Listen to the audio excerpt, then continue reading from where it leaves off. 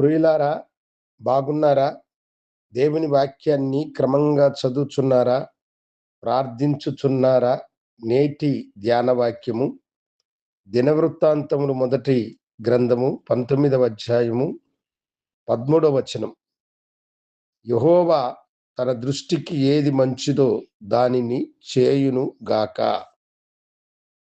దేవుడు తన దృష్టికి ఏది మంచిదో దానిని చేయునుగాక అని భక్తులు ఒకరు ఇక్కడ చెప్పుచూ ఉన్నారు. అవును, దేవుని బిడ్డలారా, దేవుడు తన దృష్టికి ఏది మంచిదో దానిని చెయ్యాలి అని మనము కూడా మన జీవితంలో కోరుకోవడం చాలా అవసరమై ఉన్నది. చాలాసార్లు మనుషులమైన మనము ప్రతి దాని మీద వాంఛ కలిగి ఉంటాం. ఇది నాకు మంచిది, ఇది నాకుంటే బాగుండు, దేవుడు నాకు దీనిని అనుగ్రహిస్తే బాగుండు అని మనము అనుకుంటూ ఉంటాం. అయితే దేవుని దృష్టికి అది మంచిదో కాదో మనము ఆలోచించము. మన యొక్క సొంత నిర్ణయాలను బట్టి మనము దేవుణ్ణి అడగడము, పొందుకోవాలన్న వాంఛ కలిగిన వారమై ఉంటూ ఉంటాం. అయితే దేవుడు అలాంటి వాడు కాదు. ఆయన మనకు కావలసినది ఏదో ఎరిగినటువంటి వాడు కనుక ఆయన దృష్టికి ఏదైతే మంచిదో దానిని ఆయన చెయ్యాలి అని మనం అడిగినప్పుడు, దానిని మనము పొందుకున్నప్పుడు అది మనకు అత్యధికమైన ఆనందమును, సంతోషమును కలుగజేస్తుంది. అలా కాకుండా మనము మన ఇష్టానుసారముగా కావాలని దేనినైతే అడుగుతామో దేవుడు దానిని అనుగ్రహించిన అందులో ఆశీర్వాదము ఉండదు.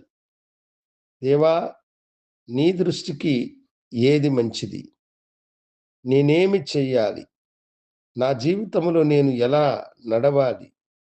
నీ దృష్టికి ఇంపైనది చేయుటకు నాకు సహాయము చేయమని దేవుణ్ణి మనము అడగాలి.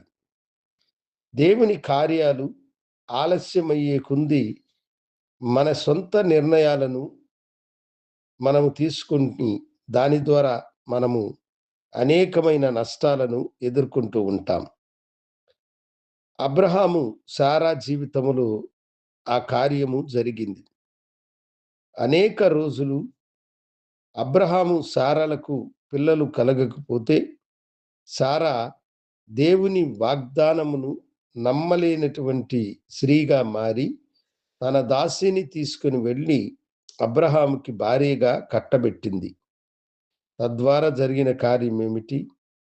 ఆమె హాగారు తన యజమానురాలైన శారాను చిన్న చూపు చూసి ఆమెను విసిగించింది అని దేవుని వాక్యములో వ్రాయబడి ఉన్నది.